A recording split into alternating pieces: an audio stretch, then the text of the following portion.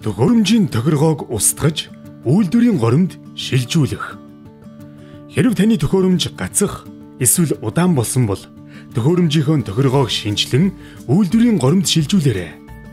Ингэхийн тулд та төхөөрөмжийнхөө ард байрлах reset төвчөн дээр 10 секунд тасралтгүй дарах. Эсвэл settings хэсгийн тохиргоог устгах цэсийг ашиглаарай. View менюний баруун дээд буланд байрлах тохиргоо цэс рүү орж, нэмэлт тохиргоо, төхөөрөмжийн сонголт, шинжлэх цэсийг сонгож тохиргоогоо устгах боломжтой.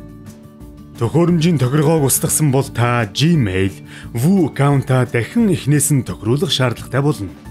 Хэрэв та View нэвтрэх нэр болон нууц үгээ мартсан бол View application ашиглан бүртгэлтэй утасны дугаар болон имэйл хаягаараа сэргээх боломжтой.